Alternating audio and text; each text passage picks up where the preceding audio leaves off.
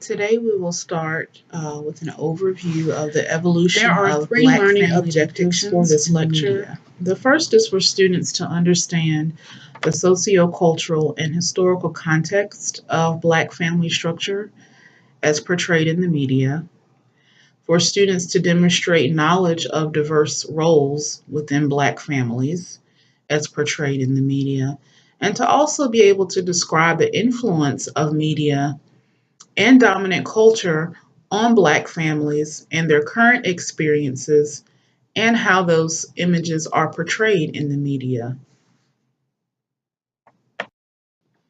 In order to properly frame the experience of Black families in America, I'd like you to take a look at just a brief synopsis of the slave family experience in America by following the hyperlink below.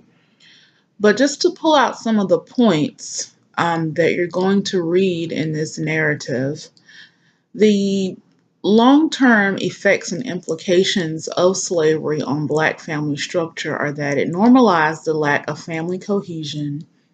There was definitively a loss of cultural identity for Africans who were kidnapped and sold into American chattel slavery. Unions that happened amongst slaves were not recognized by slave owners or the law. So that meant that families that consisted of nuclear members, typically thought of as husband and wife, could be separated at slave owners' will. And oftentimes, children were separated from mothers as well. So all of these things happened on a frequent basis without ever giving the opportunity for family relationships and family roles to be either defined or even explored for a relationship to be established. So follow the hyperlink below and take a few moments. It should take no longer than 8 or 10 minutes to read the 2 pages included in this PBS slavery experience narrative. And once you have finished reading that, then I'd like you to continue on to the next slide.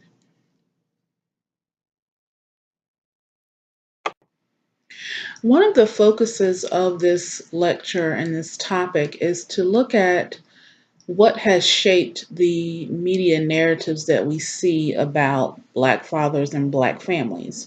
So that is rooted in some very contradictory research that would suggest that there is a pervasive missing bad Black father in Black families.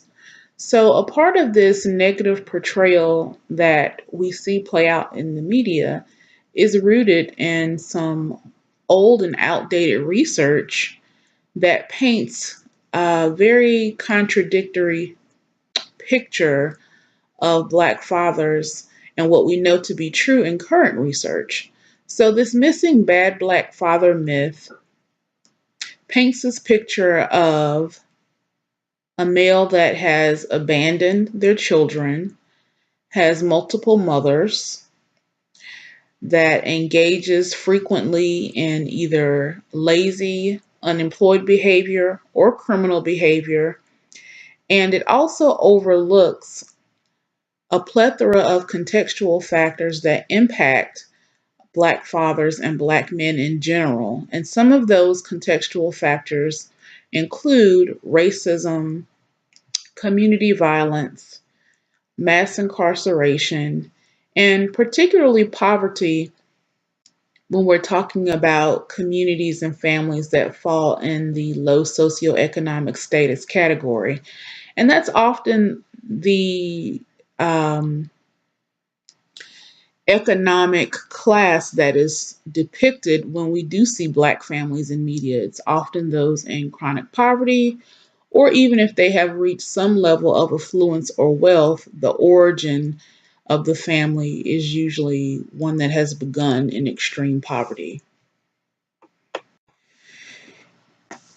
Here we have a 2014 statistical report from the National Center for Health Statistics, which is a division of the Centers for Disease Control.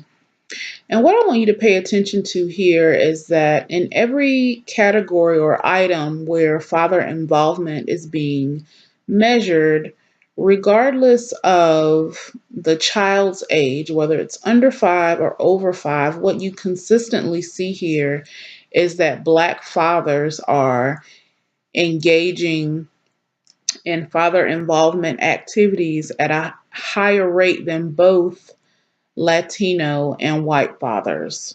So, what this shows is that even though we have concrete evidence and statistics that are counter uh, counteracting or disproving this absent Black father myth, somehow there is a disconnect in the narrative that's persistently being pushed forward, showing or representing this missing bad Black father.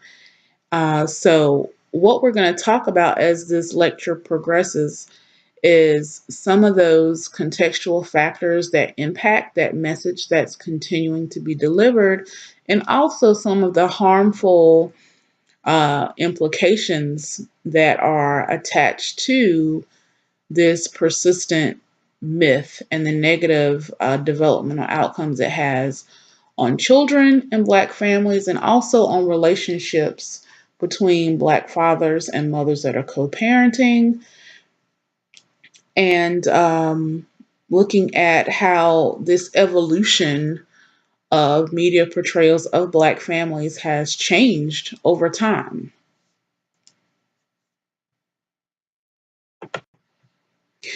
At this time, I'd like you to take a moment to click on the provided links to look at some short audio visual clips of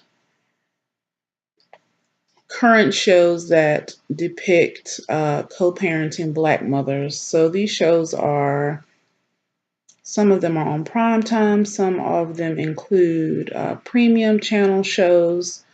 But watch these clips, and I want you to just kind of take notes of some themes or similarities or commonalities you may see in the interactions these mothers are having in these clips, and also about their personalities. What is it about these Black mothers' behavior that is either the same or unique in some type of way?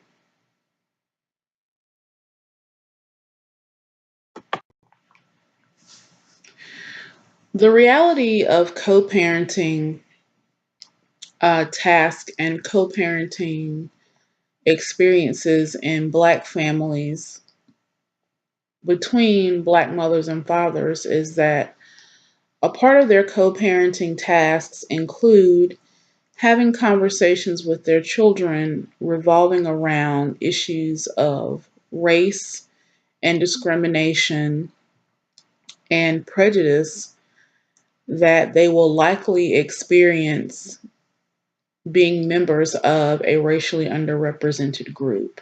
So these are unique